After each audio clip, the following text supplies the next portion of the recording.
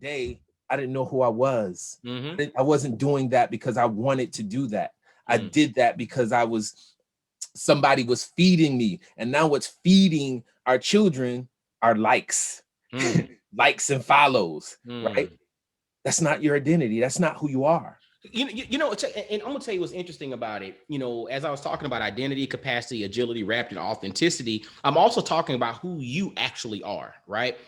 What we have to be mindful of, who we are and what people see aren't always the same thing.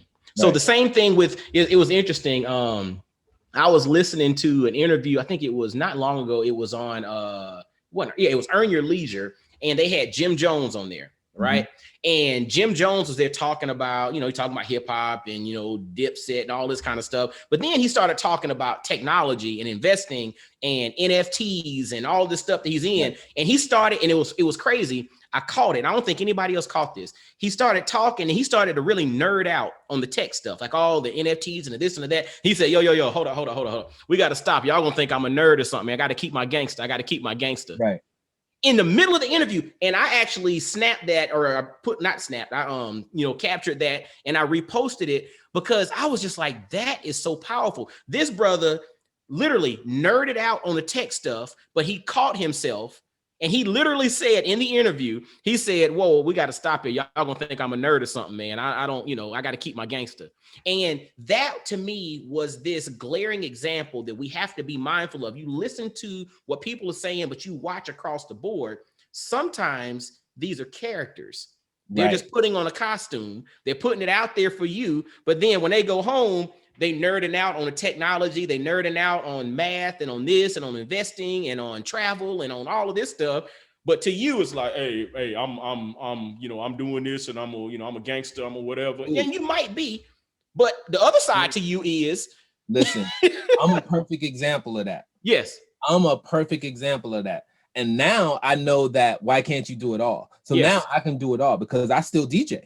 yeah, So a lot of times I'll do a course and I'm gonna start it off on the turntable. So I'm like, yo, we can do the same. But when I was a kid, man, I was in that same vein. So because I was a star athlete, I was always smart and technically savvy. Mhm.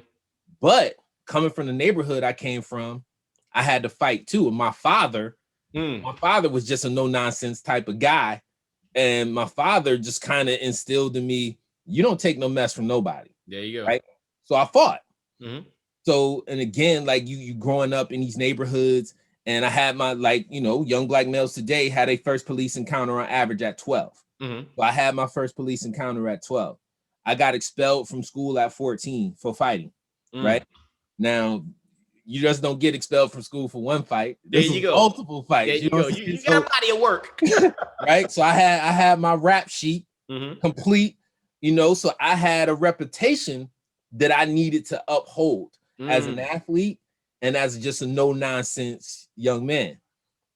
So when I get expelled from school, it's at the end of the school year. So it was at the end of the school year, didn't matter. So when I was coming back for my freshman year, I had to go do this expulsion meeting where they were going to send me to alternative school, right? So in this meeting is my mother, the administrators from the school, and the superintendent of schools. So the superintendent of schools is looking at my state test record. So the superintendent stops the meeting and was like, has anybody looked at Mr. Moore's New York State test scores? And the administrators of the school is like, no, like this dude is a malcontent. We need to get him up out of here. Right? The superintendent says Mr. Morris is testing at 12th year, 10th month in reading, math, and science coming out of 8th grade. So what that basically meant that I was testing out of high school coming out of 8th grade, right? So, but mind you, as my middle school, I was a D student. I was a D student. One of the reasons I was a D student wasn't that I couldn't do the work. You were bored. Didn't do the work. Wasn't interested. You were bored. Dude, wasn't interested. Never had any black male educators. Never had any black male educators. So then as a 16-year-old, I got my first car at 16. Always into tech. And I had this reputation in my neighborhood. So growing up in Rochester, New York, Rochester sits on Lake Ontario. I would leave my neighborhood, drive out to the beach to read. because I couldn't let my boys know I was reading. Ooh. And if I was reading, I couldn't let them know I was reading engineering books. So one of my good friends said to me, he was like, and we 35 at the time, and he was like, yo, man, he was like, sometimes I think to myself, like, what am I doing, man? Like, me and Gerald grew up the same. We hung every day. How did you end up where you are? And I'm shooting this same screw in this box at this factory every day.